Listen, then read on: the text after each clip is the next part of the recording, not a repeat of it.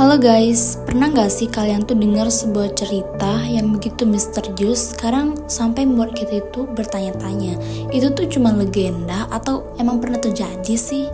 Oke, hari ini aku Alda Fariza ingin mengajak kalian semua untuk menelusuri kisah yang jarang terdokumentasi namun selalu hidup dalam ingatan masyarakat Kedurang, yaitu asal-usul Gua Suruman.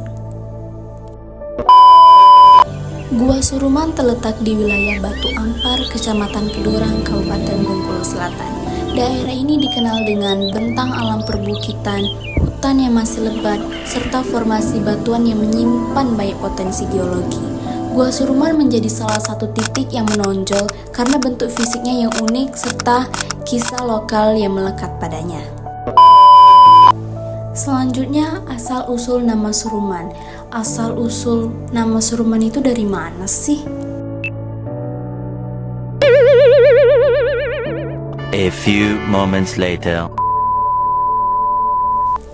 Asal-usul nama Suruman menurut penuturan masyarakat sekitar yang merupakan sumber primer paling relevan mengingat minimnya dokumentasi tertulis. Nama Suruman diyakini berasal dari kata surum atau diserum, yang dalam tradisi lisan diartikan sebagai ditelan atau ditarik masuk ke suatu tempat gelap. Yang asumsi masyarakat ini menunjukkan bahwa ada peristiwa masa lalu yang dianggap luar biasa atau menakutkan. Gua tersebut dihubungkan dengan pengalaman seseorang atau sekelompok orang yang hilang atau masuk ke dalam gua secara misterius. Walaupun belum ada bukti historis tertulis, pola penamaan seperti ini sangat umum pada folklore Nusantara. Lalu ada legenda Gua Suruman dengan dua versi, yaitu yang pertama, versi yang paling sering diceritakan warga meskipun berbeda-beda dalam detail merangkainya, yaitu sebagai berikut. Pada masa lampau, hiduplah seorang pemburu atau petani yang sering beraktivitas di hutan Batu Ampar. Suatu hari, ia mengikuti jejak hewan buruan hingga menemukan sebuah celah batu yang gelap. Saat mendekat, ia merasa seakan-akan ada kekuatan yang menariknya masuk.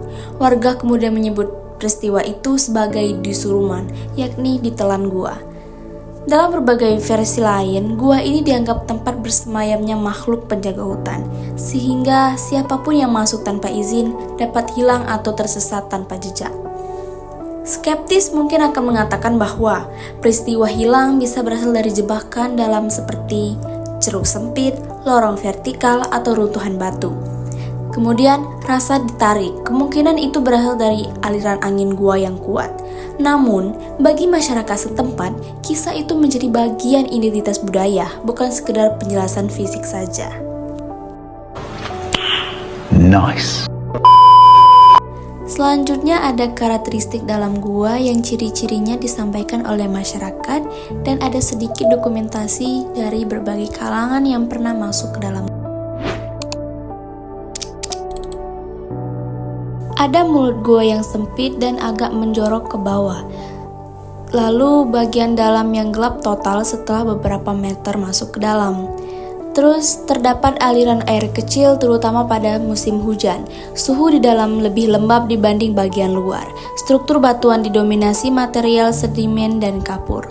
Umum pada formasi gua tropis. Walaupun terdengar mistis, cerita Gua Suruman memiliki fungsi sosial, yaitu sebagai peringatan keselamatan agar anak-anak tidak masuk gua sembarangan. Penghormatan pada alam, hutan dan gua dianggap memiliki penjaga. Identitas lokal, legenda menjadi bahan cerita antar generasi ke generasi selanjutnya. Skeptis mungkin menganggap ini hanya sekedar mekanisme untuk mengontrol perilaku, tetapi tidak mengurangi nilai budaya yang dikandungnya. Apakah Gua Suruman benar-benar menelan seseorang, atau itu hanya metafora yang tumbuh dari rasa takut manusia terhadap alam yang sama sekali belum ia jelajahi? Jawabannya mungkin tidak pernah kita temukan secara pasti, namun satu hal yang jelas, cerita ini menjadi bagian warisan lisan Kedurang dan mengingatkan kita bahwa setiap tempat memiliki sejarah yang hanya bisa kita pahami jika kita mau mendengarkan. Saya Alda Fariza, sekian penjelasan yang dapat saya sampaikan. Sampai jumpa.